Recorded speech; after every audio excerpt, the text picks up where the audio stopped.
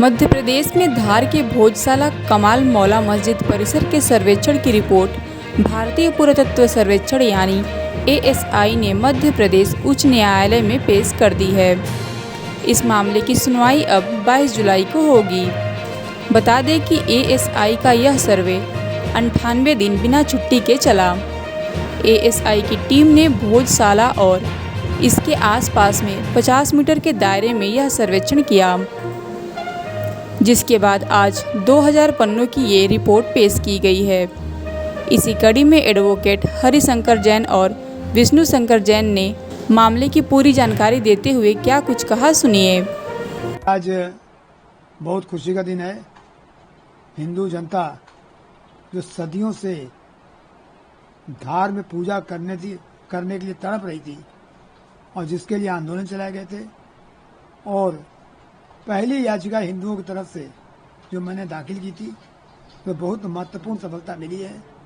और ये बात आज रिपोर्ट से साबित हो गई है, प्रमाणित अच्छी तरह हो गई है, कोई इसको काट नहीं सकता कि वहाँ पहले हिंदू मंदिर था और वेद शास्त्र संस्कृत धार्मिक शिक्षा के पठन पाठन का कार्य वहाँ होता था, और उस जगह पर केवल हिंदू पूजा ही हो सकती है।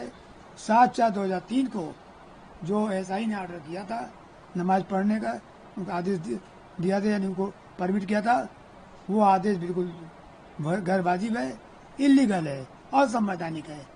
दूसरी बात आपको बतला दूं, 94 से ज़्यादा टूटी मूर्तियाँ प्राप्त हुई हैं। वहाँ सारे खम्भों पर वेद और शास्त्रों की ऋचाएँ मिली हैं, संस्कृत श्लोक मिले हैं, पुरानी कलाकृतियाँ मिली हैं, और बहुसंख्या में इतनी सामग्री है कि कोई भी देख के कह देगा कि यह भव्य पाठशाला और मंदिर था और केवल हिंदू का था, हिंदू वेद शास्त्र की पढ़ाई के लिए था। और इसलिए यही नहीं, इस रिपोर्ट ने आँख खोल दिया है।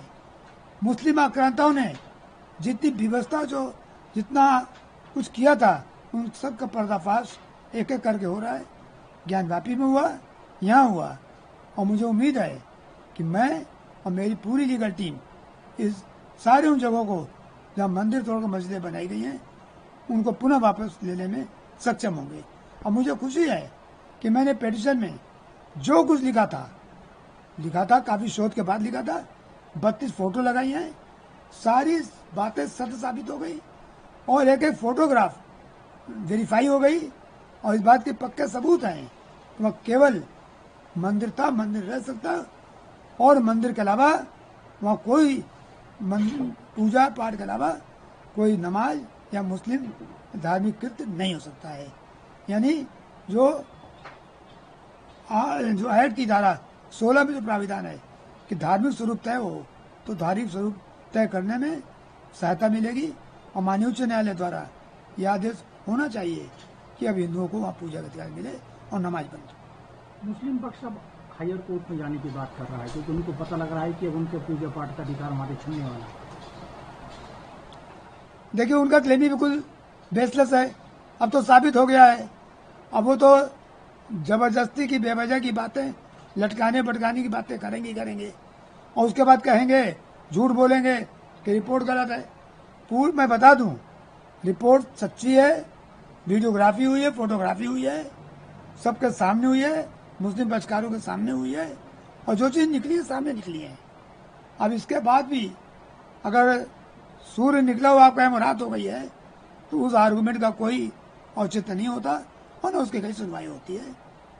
और केस करना, आगे जाना, ये उनका अधिकार है, जाएं।